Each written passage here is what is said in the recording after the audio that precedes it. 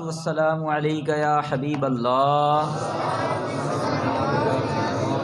الصلاۃ والسلام علیک یا نبی اللہ، وعلی آلک واصحابک یا نور اللہ۔ نویت سنت الاعتکاف، نوری محفل پہ چادر تنی نور کی، نور پھیلا ہوا آج کی رات ہے۔ نوری محفل پہ چادر تنی نور کی، نور پھیلا ہوا آج کی رات ہے۔ چاندنی میں ہے ڈوبے ہوئے دو جہاں، کون جلوہ نما آج کی رات ہے۔ ابر رحمت ہے محفل پہ چھائے ہوئے، آسماں سے ملائک ہیں آئے ہوئے، میرے آقا ہے تشریف لائے ہوئے، ہم پہ لطف خدا آج کی رات ہے۔ مانگ لو چشم تر مانگ لو، درد دل اور حسن نظر مانگ لو، سبز گنبد کے سائے میں گھر مانگ لو، مانگنے کا مزاج کی رات ہے، مانگنے کا مزہ آج کی رات ہے۔ نوری محفل پہ چادر تنی نور کی، نور پھیلا ہوا آج کی رات ہے۔ پیارے آقا مدینے والے مصطفیٰ صلی اللہ علیہ وسلم پر درود و سلام پڑھنے کے بے شمار فضائل و برکات ہیں۔ امام حسن بصری رحمۃ اللہ علیہ، ان کے پاس ایک عورت آئی کہ عالی جان میری جوان بیٹی کا انتقال ہو گیا تھا، میں یہ چاہتی ہوں کہ مجھے پتہ چلے کہ قبر میں اس کے ساتھ کیا معاملہ کیا جا رہا ہے، تو آپ مجھے کوئی ایسا وظیفہ بتا دیں۔ آپ نے اس کو ایک وظیفہ بتایا جو وہ جا کے کرنے لگی، تو اس نے خواب میں اپنی بیٹی کو دیکھا اس حال میں کہ اس کے پاؤں میں آگ کی بیڑیاں ہیں اور وہ عذاب میں مبتلا ہیں۔ تو آپ آئی اور کہنے لگی عالی جان میں نہ ہی دیکھتی تو اچھا تھا، اب میں نے دیکھی ہے تو میں اور زیادہ پریشان ہو گئی۔ کچھ عرصے کے بعد امام حسن بصری رحمۃ اللہ علیہ دوپہر کے وقت آرام فرمانے لگے، تو آپ نے خواب دیکھا کہ جنت سجی ہوئی ہے اور جنت کے اندر ایک عالی شان تخت لگا ہوا ہے، اور اس تخت کے اوپر ایک خوبصورت چمکتے چہرے والی نوجوان لڑکی بیٹھی ہے۔ وہ کہنے لگی کہ آپ نے مجھے پہچان لیا؟ آپ نے کہا کہ میں نے نہیں پہچانا۔ وہ کہنے لگی کہ جس عورت نے آ کے آپ سے ایک بار مسئلہ دریافت کیا تھا، میں اسی خاتون کی بیٹی ہوں۔ آپ نے فرمایا کہ تیری والدہ تو یہ کہہ رہی تھی کہ تجھے عذاب ہو رہا ہے اور میں تجھے جنت میں دیکھ رہا ہوں۔ تو وہ لڑکی کہنے لگی کہ میرے گناہوں کی وجہ سے میں عذاب میں ہی مبتلا تھی۔ ہوا کچھ یوں کہ جس قبرستان میں میری قبر تھی، اس قبرستان سے اللہ کے ایک نیک بندے کا گزر ہوا۔ وہ جب نیک بندہ وہاں سے گزرا تو اس نے ایک بار حضور علیہ السلام کی ذات مبارکہ پر درود پاک پڑھا، اور وہ درود پاک پڑھ کر اس کا ثواب تمام قبرستان والوں کو اس نے بھیج دیا۔ وہ کہنے لگی حضور اس وقت 590 قبر والوں کو عذاب ہو رہا تھا اس قبرستان کے اندر، جس وقت اللہ کے اس بندے نے درود پاک پڑھا اور اس درود پاک کا ثواب یہ قبرستان والوں کو بھیج دیا، تو اس ایک درود پاک کا کمال یہ تھا کہ اللہ تعالیٰ نے 590 قبر والوں کے عذاب کو دور فرما دیا۔ یہ درود پاک کی برکت ہے۔ اور یہ مہینہ ویسے بھی ماہ درود بھی کہلاتا ہے، ماہ شعبان المعظم۔ اور امام جعفر صادق رضی اللہ تعالیٰ فرماتے ہیں جو بندہ ماہ شعبان میں روزانہ 700 مرتبہ درود پاک پڑھتا ہے تو اللہ تعالیٰ اس کے لیے فرشتے پیدا فرما دیتا ہے، جو فرشتے قیامت کی صبح تک اس کے لیے بخشش کی دعا کریں گے۔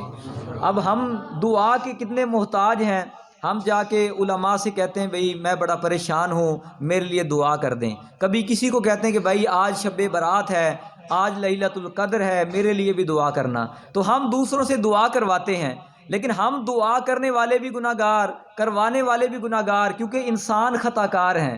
لیکن کیا ہی شان ہے اس بندے کی جس کی بخشش کے لیے دعا رب کے معصوم فرشتے کرتے ہیں۔ اور وہ کون ہے؟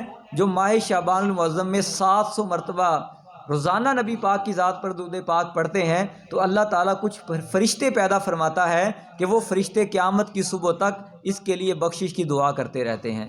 صلو علی الحبیب صلی اللہ تعالی علی محمد۔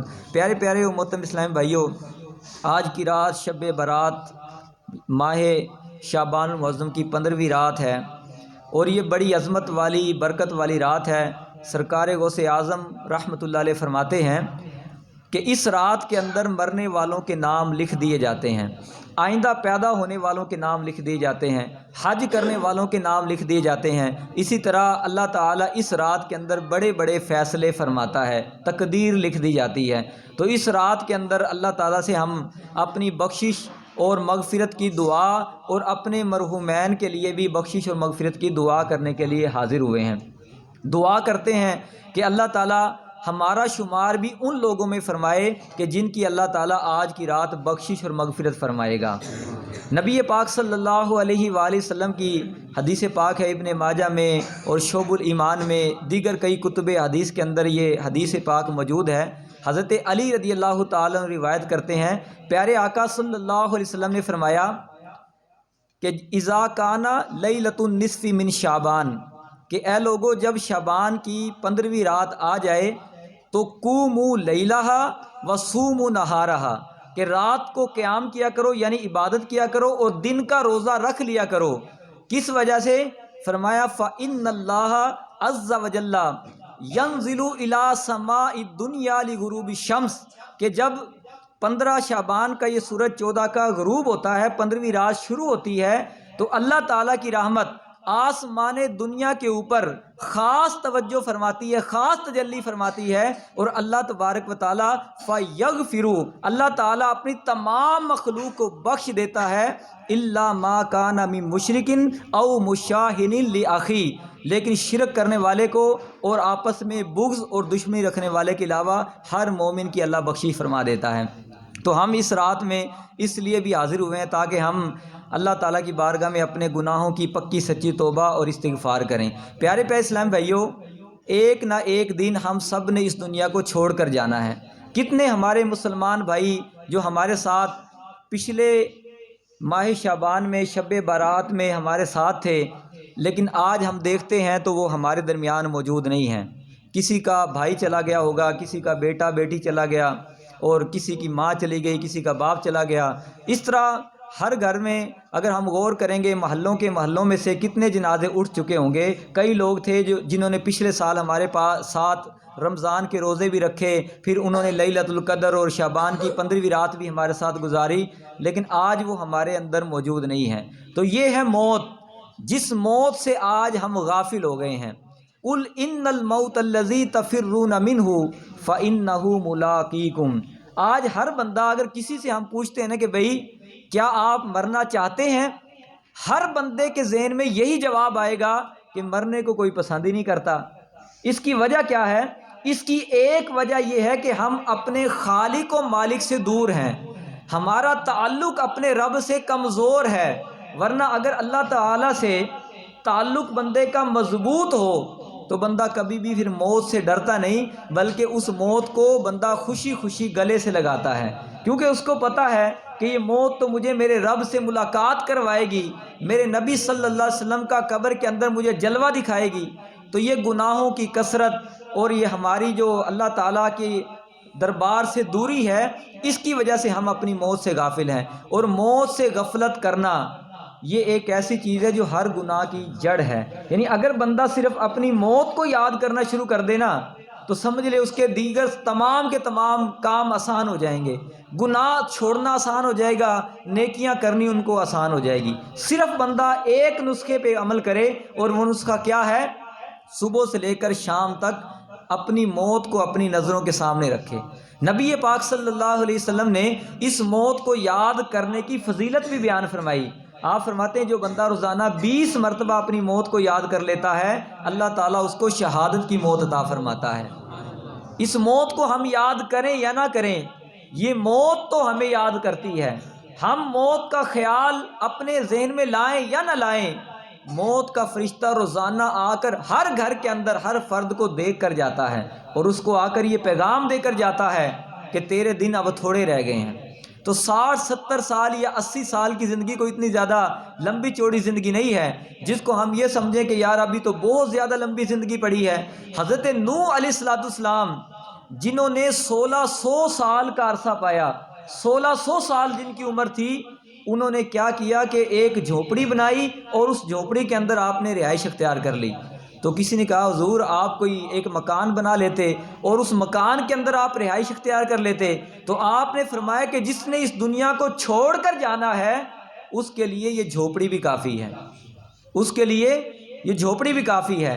تو موت کا خیال ہمارے ذہن کے اندر رہے، یہ ہر گناہ کو چھڑانے والا نسخہ ہے. اس لیے ہم اپنی موت کو یاد کریں گے تو اللہ تعالیٰ سے ہمارا تعلق جو ہے وہ مزید مضبوط ہو جائے گا. اور ہم نے آج موت کو کتنا بلایا، جنازوں کے اندر ہم شرکت کرتے ہیں، ہم قبروں پہ جاتے ہیں، لیکن ہمیں اپنی موت بالکل بھی یاد نہیں آتی. کسی کا اعلان کیا، کسی کا اعلان سنا، دکاندار دکان بند کر کے جا رہا ہے، بھائی کدھر چلا؟ وہ فلاں کا جنازہ ہے، میں جنازے میں جا رہا ہوں. لیکن وہی بندہ جنازے میں بھی جا رہا ہے، واپس آ کے ڈنڈی بھی مار رہا ہے. چاہیے تو یہ تھا کہ اب کسی کا جنازہ پڑھنے کے لیے جا رہا ہے، اس وقت اپنی موت بھی اس کے ذہن کے اندر ہوتی. کتنے لوگ ہیں کسی کے جنازے میں گئے، واپسی میں خبر ملی آتے آتے ایکسیڈنٹ ہوا، اس کا بھی انتقال ہو گیا. اس طرح کی خبریں ملتی ہیں.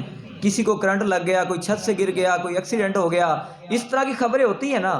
تو جب بندہ کسی کے جنازے میں جائے اس وقت اپنے مرنے کو نہ بھولے، اپنی قبر کو نہ بھولے. اور یہ قبر کا معاملہ اتنا سخت ہے.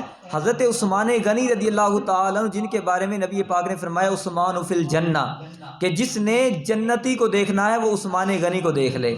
وہ جنتی صحابی، ویسے ہر صحابی ہی جنتی ہے، لیکن وہ 10 صحابہ جن کو نبی پاک نے دنیا میں عشرہ مبشرہ یعنی جنت کے ٹکٹ ان کو عطا فرما دیا، وہ عثمان غنی جب کبھی قبر کے کنارے جاتے، قبر کا ذکر ہوتا تو اس قدر زارو کتار ہوتے کہ آپ کے آنسوں سے قبر کی مٹی تر ہو جاتی. کسی نے پوچھا حضور آپ کے سامنے بڑے بڑے معاملات ہوتے ہیں لیکن آپ نہیں روتے، قبر کا جب ذکر ہوتا ہے تو آپ رونا شروع کر دیتے ہیں.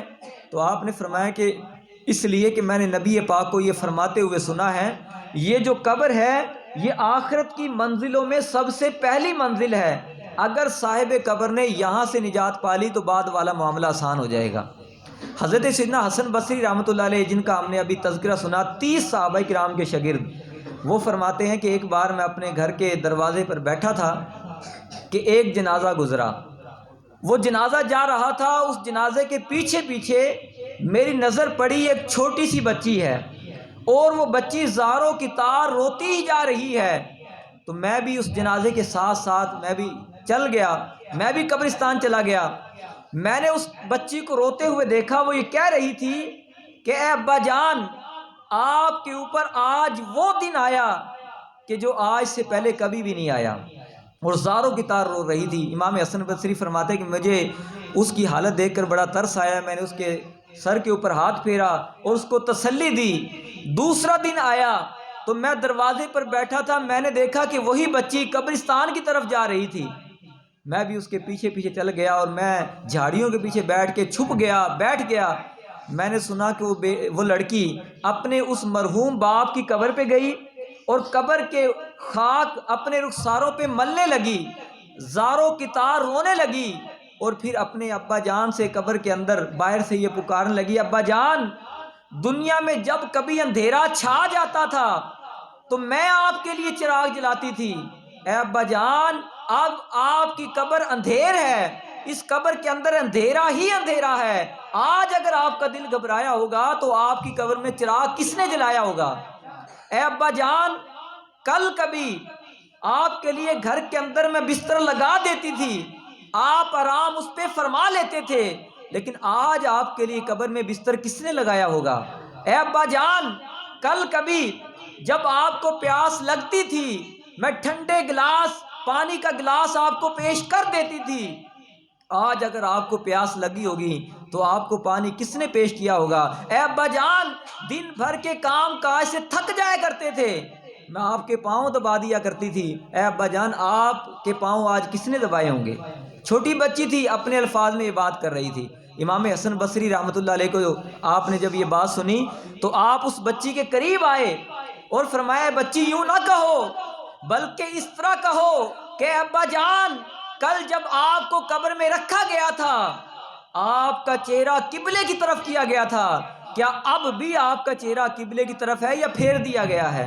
اے ابا جان، جب آپ کو کل قبر میں رکھا گیا تھا اس وقت آپ کو صاف شفاف کفن پہنایا گیا تھا، کیا اب بھی وہ صاف شفاف کفن ہے؟ اے ابا جان، ہم نے یہ سنا ہے کہ جو بندہ گناہ کر کے رب کو ناراض کر کے اس قبر کے اندر اترتا ہے، اس کی قبر اس کو اس طرح دباتی ہے کہ پسلیاں ایک دوسرے میں پیوست ہو جاتی ہیں۔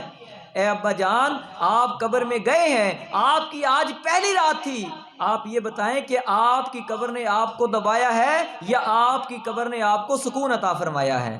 تو یہ کہہ کر امام حسن بصری رحمۃ اللہ علیہ نے فرمایا کہ ہر کسی کے ساتھ یہی معاملہ ان قریب ہونے والا ہے۔ تو پیارے محترم اسلام بھائیوں، یہ موت جو ہے، یہ موت ایک ایسی حقیقت ہے کہ دنیا میں کوئی بندہ اس موت کا انکار نہیں کرتا، کیونکہ ہر کسی کو پتا ہے، کوئی انکار کرے یا نہ کرے، 7 پہاڑوں کے غاروں کے اندر چھپ جائے، کوٹھڑیوں میں چھپ جائے، لیکن کیا ہے، قل ان الموت الذی تفرون منہ، کہ اللہ تعالیٰ قرآن میں اعلان کرتا ہے، اے محبوب آپ اعلان فرما دیں کہ جس موت سے یہ بھاگتے ہیں، فَإِنَّهُ مُلَاقِيكُمْ، یہ موت تمہیں ایک دن ضرور مل کر رہے گی، اس کی ملاقات تمہارے ساتھ ضرور ہوگی۔ لیکن کیا وجہ ہے کہ وہ ایک ایسی حقیقت جس کے اوپر ہمارا ایمان بھی ہے، اس کے باوجود ہم جو ہیں اپنے دنیاوی محلات، دنیاوی کاروبار، اس دنیا کی زندگی کے اندر اتنے مست ہو گئے، نہ ہمیں اپنے فرائض کا خیال ہے، نہ واجبات کا خیال ہے، ہم صبح سے لے کر شام تک اپنی زندگی غفلت میں گزار رہے ہیں۔ اور یہ دنیاوی زندگی، دنیاوی رونق، یہ چند دن کی ہے۔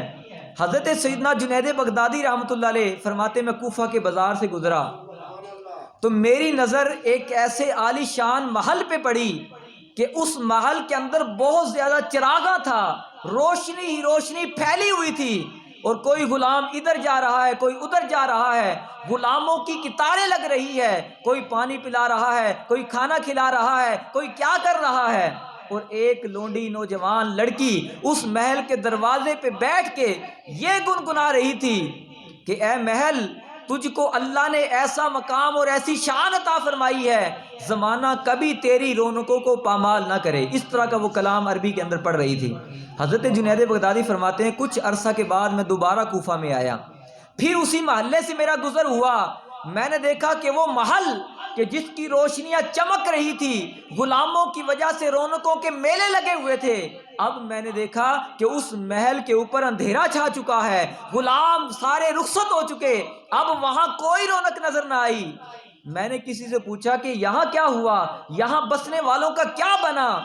تو کسی نے جواب دیا، جو اس محل کے اندر آئے ہوئے تھے، جو اس کے اندر مقیم تھے، وہ چند دن کے مہمان تھے، اب ان گھر والوں میں سے ایک بھی دنیا میں باقی نہیں بچا۔ وہ ایک لونڈی بوڑھی خاتون بچی ہے جو اس وقت محل کے دروازے پر بیٹھ کر وہ نغمے گنگنا رہی تھی۔ تو پیارے محترم اسلام بھائیوں، یہ ایک حقیقت ہے، یعنی وہ دنیا جس کو ہم سب کچھ سمجھتے ہیں، وہ دنیا ان قریب ہم سے رخصت ہونے والی ہے۔ نبی پاک علیہ الصلوۃ والسلام نے فرمایا کہ جب کسی کی موت کا وقت آتا ہے نا، قریب آتا ہے، تو اس وقت 5 فرشتے اس بندے کے پاس آتے ہیں۔ پہلا فرشتہ اس وقت آتا ہے جب بندے کی روح نکل کے حلق تک پہنچ جائے، اس وقت وہ ایک فرشتہ اس کے سامنے آ جاتا ہے اور ایک کہتا ہے کہ اے آدمی، اے آدم کی اولاد، کہاں گیا وہ تیرا طاقتور جسم جس طاقت کے اوپر تو اترایا کرتا تھا؟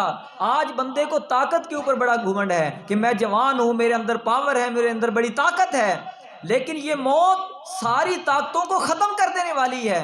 وہ فرشتہ آ کے کہتا ہے بتا کہ تیری طاقت کہاں گئی؟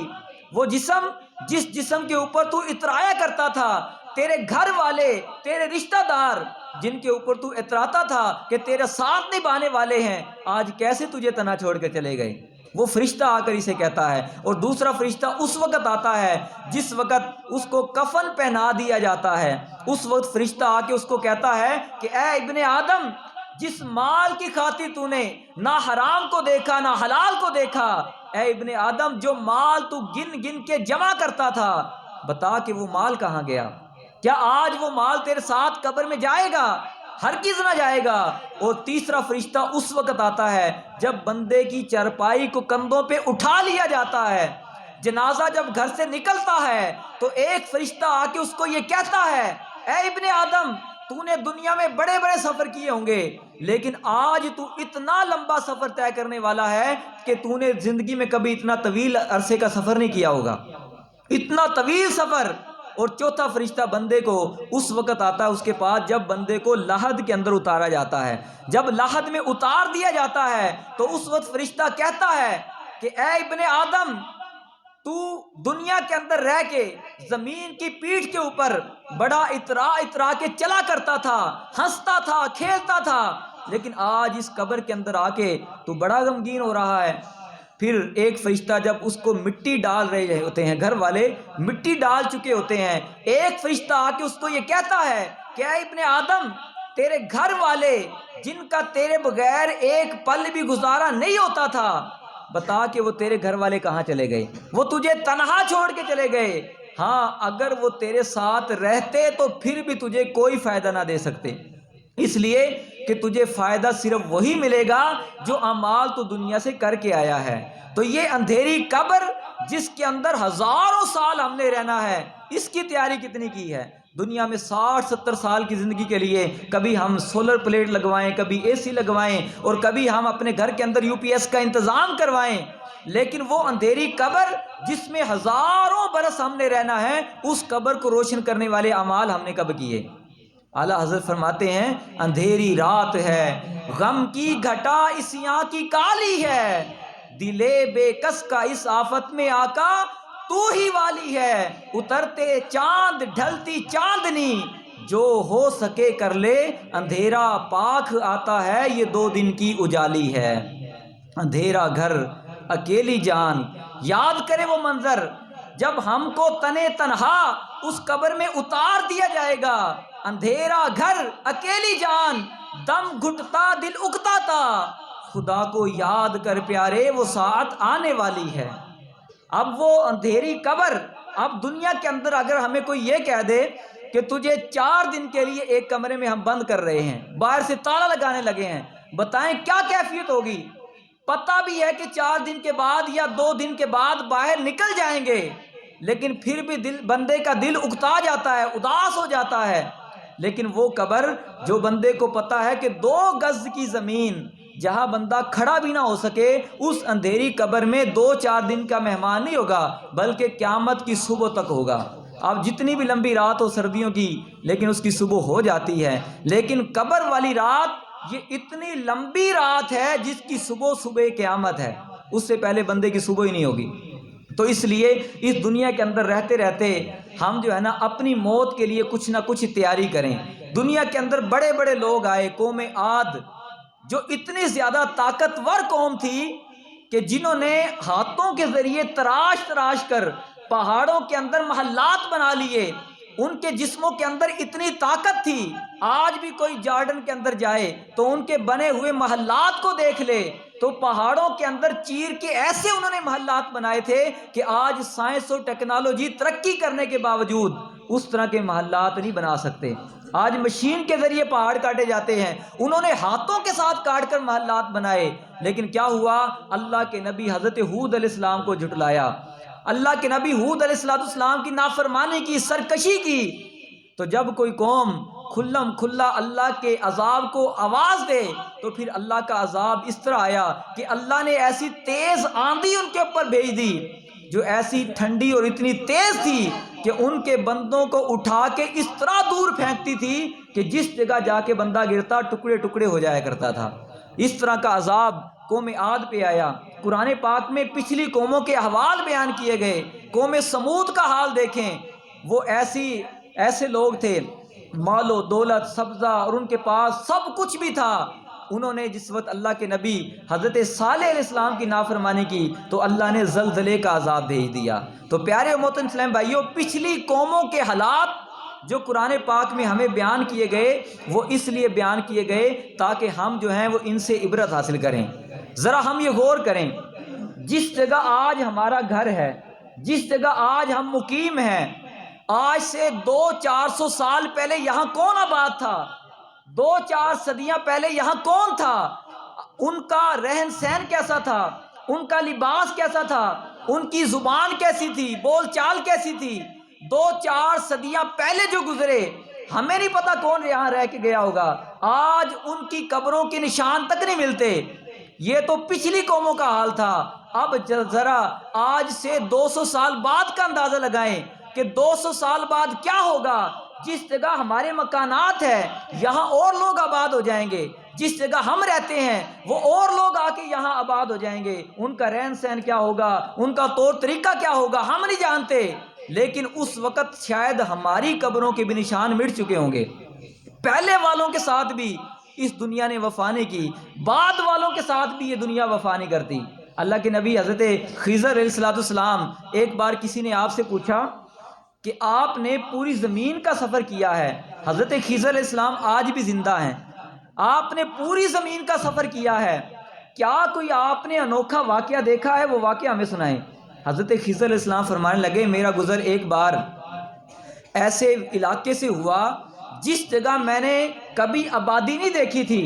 میں نے دیکھا کہ وہاں بڑا ہی خوشحال ایک شہر بن چکا ہے، پوری ایک سٹی آباد ہو چکی ہے، اور پھر 500 سال کے بعد دوبارہ میرا وہاں سے گزر ہوا تو میں نے دیکھا کہ وہاں کوئی آبادی نہیں ہے بلکہ سب ویران ہو چکا ہے، اور وہاں کوئی گھروں کے نشانات بھی نہیں ملتے۔ وہاں میں نے دیکھا کہ ایک بندہ پھر رہا تھا، میں نے اس سے پوچھا کہ یار میں یہاں آیا تھا، یہاں تو بہت بڑا ایک شہر آباد تھا، وہ شہر کہاں گیا؟ تو اس نے کہا کہ یار میں اور میرے باپ دادا کسی نے یہاں کوئی شہر نہیں دیکھا، کوئی مکان نہیں دیکھا، ہم تو جب سے پیدا ہوئے ہیں ہم نے یہ جگہ ویران ہی دیکھی ہے۔ خضر علیہ السلام فرمانے لگے، پھر مزید 500 سال کے بعد میرا وہاں سے گزر ہوا تو پھر میں نے دیکھا کہ وہاں پھر دوبارہ ایک عالیشان ایک شہر تعمیر ہو چکا تھا، لوگ بڑے خوشحال وہاں اپنی زندگی گزار رہے تھے۔ میں نے وہاں ایک بندے سے پوچھا کہ بھائی یہ شہر کب سے آباد ہوا؟ تو وہ کہنے لگا کہ ہمارے باپ دادا پتہ نہیں کب سے یہ شہر آباد ہے، اور ہم اس شہر کو اسی طرح آباد ہوتے ہوئے دیکھ رہے ہیں۔ تو یہ ہے دنیا کی زندگی اور اس کی حقیقت کہ جہاں آج ہمارے شہر آباد ہیں، ہو سکتا ہے کہ 200-400 سال پہلے کچھ بھی نہ ہو، اور آج ہم یہاں آباد ہیں، ہو سکتا ہے 200-400 سال کے بعد یہاں نام و نشان تک مٹ جائے۔ تو یہ ہے دنیا کی زندگی۔ ہم نے اس دنیا کے اندر رہتے ہوئے اپنی آخرت کے لیے تیاری کرنی ہے۔ قرآن پاک میں ہے ان الانسان لفی خسر، زمانے کی قسم بے شک آدمی ضرور نقصان کے اندر ہے، خسارے کے اندر ہے۔ اب آدمی کا خسارہ کیا ہے؟ اس میں بہت ساری چیزیں خسارے کے اندر بیان کی گئی۔ اس میں مین چیز یہ ہے کہ انسان کی زندگی جو ہے نا وہ رفتہ رفتہ انسان کو قبر کی طرف لے جا رہی ہے، اور انسان غفلت کے اندر پڑے ہوئے ہیں، یہ آدمی کا خسارہ ہے۔ امام فخر الدین رازی رحمۃ اللہ علیہ تفسیر کبیر میں فرماتے ہیں، اسی آیت کے تحت فرماتے ہیں کہ ایک بزرگ کا قول ہے کہ یہ آیت کہ آدمی ضرور نقصان میں ہے، مجھے اس آیت کا ترجمہ تفسیر سمجھ میں نہیں آ رہی تھی کہ آدمی کیسے نقصان کے اندر ہے۔ کہا کہ پھر میرا بازار کے اندر گزر ہوا، میری نظر ایک برف بیچنے والے پہ پڑی، وہ برف بیچنے والا یہ آواز لگا رہا تھا ارحمو ارحمو، کہ رحم کرو اس کے اوپر، من لا یذوب مال راسہ، کہ وہ بندہ جس کا سارا مال تباہ ہو رہا ہے اس کے اوپر رحم کیا کرو، اس کے اوپر رحم کرو۔ تو آپ فرماتے ہیں کہ مجھے اس کی آواز سے قرآن پاک کی اس آیت کی تفسیر سمجھ آئی۔ کیسے؟ کہ جس طرح اس کی برف کا ایک ایک قطرہ پگھل کر اس کا مال ضائع ہو رہا ہے، اسی طرح بندہ جو انسان ہے، ابن آدم ہے، اس کا ایک ایک لمحہ اور ایک ایک سانس اسی طرح اس کی زندگی کو ختم کر رہی ہے۔ ایک بزرگ فرماتے ہیں جو گھڑی کی ٹک ٹک کی آواز ہوتی ہے، یہ جو گھڑی چل رہی ہے ایک ایک سیکنڈ ٹک ٹک کی جو آواز ہے، اس آواز کو یوں ہی نہ سمجھو، فرمایا کہ یہ کلہاڑی کے وار ہیں جو تمہاری زندگی کے درخت پر مارے جا رہے ہیں۔ یہ کلہاڑی کے وار ہماری زندگی کے درخت کے اوپر مار رہے ہیں، تو اس لیے ہر سانس ہمیں موت کے ہی تو قریب کر رہا ہے، ہر آنے والا لمحہ ہمیں موت کے ہی تو قریب کر رہا ہے۔ پیارے محترم اسلام بھائیو، پھر موت کا معاملہ اور یہ قبر کا معاملہ اور پھر قیامت والے دن ہر بندے کو رب کی بارگاہ میں پیش بھی ہونا ہے۔ یہ نہیں کہ یہاں جو کچھ کر لیا اس کے بعد ہم جواب دے نہیں ہیں۔ قیامت والے دن ہر ایک لمحے کا، ہر چیز کا اللہ کے حضور ہمیں جواب بھی دینا ہے۔ اور قیامت والے دن سے جو لوگ ڈرنے والے ہیں ان کا حال اور ہی ہوتا ہے۔ ہمارے لوگ کیا کہتے ہیں؟ بھئی قیامت آئے گی تو دیکھا جائے گا، جب مر جائیں گے تو دیکھا جائے گا، قبر میں جائیں گے تو دیکھا جائے گا، پل صراط سے پار ہوں گے تو دیکھا جائے گا، بھئی قبر میں بچھو آ گئے تو دیکھا جائے گا، سانپ آ گئے تو دیکھا جائے گا، جہنم میں ڈال دیا گیا تو دیکھا جائے گا۔ ہمارے حال تو یہ کہتے ہیں کہ بھئی ہم تو چوری بھی کریں گے، رشوت بھی لیں گے، سود بھی لیں گے، جھوٹ بھی بولیں گے، لوگوں کو بھی ستائیں گے، سارے محلے کو ستائیں گے، لوگوں کا حق بھی دبائیں گے، دیکھا جائے گا۔ لیکن جو اللہ سے ڈرنے والے ہیں نا، جن کو پتہ ہے کہ اللہ کی بارگاہ میں پیش ہونا ہے، ان کے یہ کلمات نہیں ہوتے۔ حضرت عیسیٰ علیہ السلام اللہ کے نبی، بس آخر کے اندر ہی ہے، کچھ کلمات اور ہیں۔ حضرت عیسیٰ علیہ السلام آپ ایک بار سام بن نوح علیہ السلام، جو نوح علیہ السلام کے بیٹے ہیں سام، ان کی قبر کے پاس سے گزرے تو آپ کے پاس، آپ کے ساتھ جو آپ کے حواری تھے، وہ آپ کے کہنے لگے کہ آپ تو مردوں کو زندہ کرتے ہیں، آپ اس قبر والے کو بھی زندہ کر دیں۔ حضرت عیسیٰ علیہ السلام نے کم باذن اللہ کہا تو سام بن نوح اپنے بالوں کو جھاڑتا ہوا قبر سے باہر آ گیا۔ سام بن نوح باہر آیا تو حضرت عیسیٰ علیہ السلام نے دیکھا کہ سر کے بال اور داڑھی کے بال سفید ہو چکے ہیں، سفیدی چھا چکی ہے۔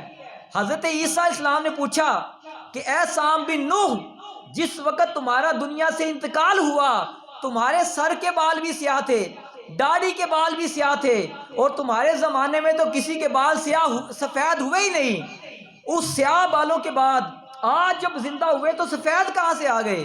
تو اب دیکھیں کہ کیسا انہوں نے جواب دیا۔ سام بن نوح کہنے لگا کہ جس وقت مجھے قبر سے نکالا گیا، اب جب میں زندہ ہوا تو میں یہ سمجھا کہ کہیں قیامت قائم ہو گئی ہے، اور اللہ کے حضور کھڑے ہونے کی خوف کی وجہ سے میری داڑھی کے اور سر کے بال سارے سفید ہو گئے ہیں۔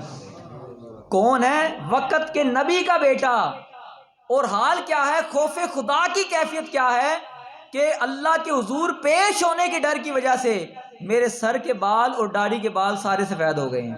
اور ہم کیا ہیں کہ ہم کسی کھاتے کے اندر بھی نہیں، اس کے باوجود ہم جو ہے نا اپنے گناہوں کے اوپر بھی پھولے نہیں سماتے۔ کہا کہ میرے اللہ تعالیٰ کے حضور جو پیش ہونا نا، اس کے خوف کی وجہ سے میرے سارے بال جو ہے نا وہ داڑھی کے سفید ہو گئے۔ تو حضرت عیسیٰ علیہ السلام نے اسے پوچھا کہ اے سام، یہ بتا کہ کتنا عرصہ ہوگا دنیا سے گئے؟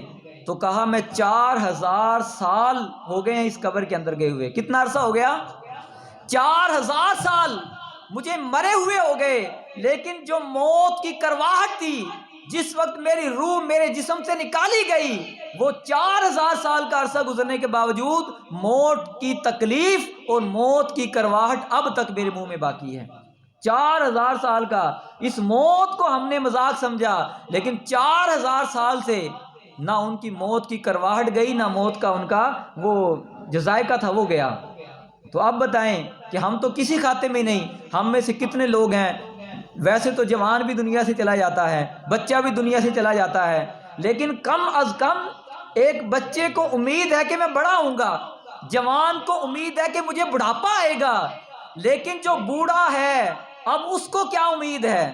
یعنی جو ہماری عمر اب اس سٹیج کے اوپر پہنچ گئی کہ اب بڑھاپے کے بعد تو دوبارہ جوانی نہیں، بڑھاپے کے بعد تو صرف موت ہی ہے، قبر ہے۔ لیکن جو بندہ اب بھی بڑھاپا آنے کے باوجود بھی بال سفید ہو جائیں، داڑھیاں سفید ہو جائیں، پھر بھی نمازی نہ بنے، پھر بھی وہ رب کی بارگاہ میں نہ جھکے، پھر بھی وہی جھوٹ کا کاروبار ہو، پھر وہی رشوت اور سود اور وہی سارے کام ہو، تو آپ بتائیں کہ پھر عبرت کب حاصل کرنی ہے؟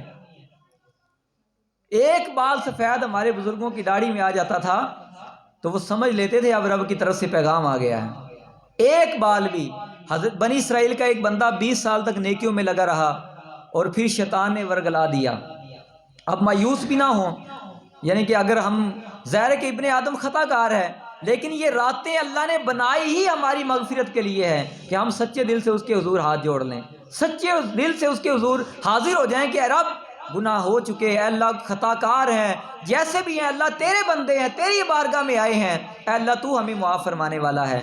تو وہ بندہ 20 سال نیکیاں کرتا رہا، شیطان نے ورگلا دیا، دوبارہ 20 سال گناہوں کے اندر گزار دیے۔ 40 سال کی عمر ہو گئی، ایک بار شیشے کے سامنے کھڑا ہوا، جب شیشے میں کنگھا کرنے لگا تو نظر پڑی کہ داڑھی میں ایک بال سفید آ چکا ہے، اسی جگہ کانپنے لگا، اسی جگہ آنکھوں سے آنسو جاری ہو گئی کہ میں کیسا بدقسمت ہوں، داڑھی کے بال سفید ہو گئے، موت کا پیغام آ گیا اور پھر بھی میں اپنے رب کی نافرمانی کر رہا ہوں۔ اسی جگہ شرمندہ ہوا، دل میں یہ آرزو کرنے لگا، اے میرے رب میں نے 20 سال تیری نافرمانی کی، اے رب اگر میں تیری بارگاہ میں آ جاؤں کیا تجھے مجھے قبول فرما لے گا؟ تو اس کے گھر کے کونے سے آواز آئی کہ اے میرے بندے تو 20 سال نیکیاں کرتا رہا، ہم نے نیکیوں کو قبول کیا، جب تو گناہ کرتا رہا، ہماری نافرمانی کرتا رہا، ہم نے تجھے چھوڑا اور بلایا نہیں، بلکہ ہماری رحمت تو انتظار کرتی تھی کہ کب میرا بندہ میری بارگاہ میں آئے، اور اے میرے بندے اگر تو شرمندہ ہو کے آنے ہی لگا ہے تو ابھی تو آیا نہیں، دل شرمندہ ہوا ہے، اے میرے بندے میں نے تیرے پچھلے گناہوں کو معاف فرما دیا ہے۔ تو اللہ تعالیٰ کی تو رحمت ہے ہی اتنی وسیع، وہ تو اپنے بندوں کو معاف کرنے کے لیے بہانے تلاش کرتا ہے کہ میرا بندہ کسی بہانے سے بخشا جائے، کسی عالم دین کو وضو کرانے کے بہانے، کوئی قرآن پاک پڑھنے کے بہانے، کوئی کسی غریب کی خدمت کرنے کے بہانے، کسی نے ایک بار زندگی میں صرف ایک بار سچے دل سے درود پاک پڑھا ہوگا، کوئی درود کے بہانے جنت میں چلا جائے گا، کسی نے زندگی میں صرف ایک بار اللہ کا نام لیا ہوگا، وہ صرف ایک بار اللہ کا نام لینے کی وجہ سے جنت میں چلا جائے گا۔ پیارے محترم اسلام بھائیو، یہ معاملہ جو ہے نا زندگی کا اور موت کا، یہ اتنا آسان نہیں ہے، اور جب بندے جنت کے اندر چلے جائیں گے جہنم کے اندر رہ جائیں گے، نبی پاک علیہ الصلوۃ والسلام سے پوچھا یا رسول اللہ کوئی ایسا بندہ ہے جب سارے جنت میں چلے جائیں گے اور وہ بندہ جہنم میں رہ جائے گا، یعنی ہوگا مسلمان لیکن وہ زیادہ گناہوں کی وجہ سے زیادہ دیر تک جہنم میں رہے گا؟ پیارے آقا علیہ الصلوۃ والسلام نے فرمایا کہ ہاں ایک بندہ ہے، سارے جنت والے چلے جائیں گے، وہ بندہ جہنم کے بالکل نچلے حصے میں پڑا ہوگا اور وہ جہنم کے تہہ کے اندر یا حنانو یا منانو کا ورد کر رہا ہوگا، یا حنانو یا منانو پکار رہا ہوگا، جبریل امین اس کی آواز سن کے بے قرار ہو جائیں گے اور عرش الہی کے سامنے آ کے سجدہ کریں گے، جبریل امین آ کے سجدہ کریں گے، مولا فرمائے گا جبریل کھڑا ہو، کیا وجہ ہے؟ اے اللہ تیرا بندہ تجھے پکارنے والا، تیرا ذکر کرنے والا جہنم کے اندر رہ گیا۔ اللہ فرمائے گا جا اس بندے کو، مالک حضرت مالک علیہ السلام جو جہنم کے دروگا ہیں، دروازے پہ کھڑے ہوں گے، جا کے اس فرشتے کو جا کے کہو کہ وہ اس بندے کو جو میرا ذکر جہنم میں لے رہا ہے اس کو نکال کے باہر لے آؤ۔ اب داروغہ جہنم حضرت مالک علیہ السلام جب جہنم کی تہہ میں جائیں گے، حالانکہ حضرت مالک وہ ہیں، نبی پاک فرماتے ہیں کہ ہر جہنمی کو حضرت مالک اس طرح پہچانتے ہوں گے جس طرح کہ ماں اپنے بیٹوں کی شناخت رکھتی ہے، لیکن اس کے باوجود جب جہنم کے اندر جائیں گے تو وہ اللہ کا نام لینے والا بندہ ان کو ملے گا نہیں، اس لیے واپس آ کے عرض کریں گے اے جبریل میں نے بڑا تلاش کیا مجھے نظر نہیں آیا، کیونکہ جہنم نے ایک سانس لیا ہے اور وہاں پتھر لوہا اور ہر چیز انسان جل کے کوئلہ ہو چکے ہیں، میں اس بندے کو کیسے پہچانوں گا؟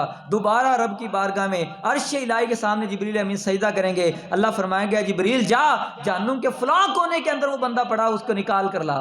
اب وہ نکال کے جبریل امین اس بندے کو عرش الہی کے سامنے لائیں گے، اللہ فرمائے گا میرے بندے، اس بندے سے اللہ مخاطب ہوگا، اے میرے بندے بتا کیا تیرے پاس میرے نبی نہیں آئے؟ کیا تیرے پاس رسول نہیں آئے؟ کیا تجھے سمجھانے والا نہیں آیا؟ وہ کہے گا اے میرے مولا میرے پاس آئے تھے اور مجھے سمجھانے والے سمجھا کے گئے، لیکن میرے ذہن کے اندر کوئی بات نہ پڑی، اے اللہ میں گناہگار تھا، اور وہ اللہ کی بارگاہ میں عرض کرے گا اے مولا اب جو تو نے جہنم سے نکالا ہے اے اللہ تو میرے اوپر رحم فرما اور مجھے معاف فرما دے. پھر اللہ تعالیٰ اس بندے کو اپنی رحمت سے داخل جنت فرمائے گا. پیارے محترم اسلام بھائیو، آج کی رات بڑی عظیم الشان رات ہے، شب برات کی رات ہے. ہم اپنے مرحومین کے لیے بھی یہ دعا کریں کہ اللہ تبارک و تعالیٰ ان کی بھی بخشش اور مغفرت فرمائے، اور ہم اپنے لیے بھی بخشش کی اور مغفرت کی دعا کریں. اور آج کی رات یہ بھی عہد کریں کہ پیچھے جو نمازیں قضا ہوئیں انشاءاللہ آج کے بعد ہماری کوئی نماز قضا نہیں ہوگی. ہاتھوں کو بلند کر کے آج کے بعد ساری نمازیں پڑھیں گے، رمضان کے سارے روزے رکھیں گے انشاءاللہ. آج کے بعد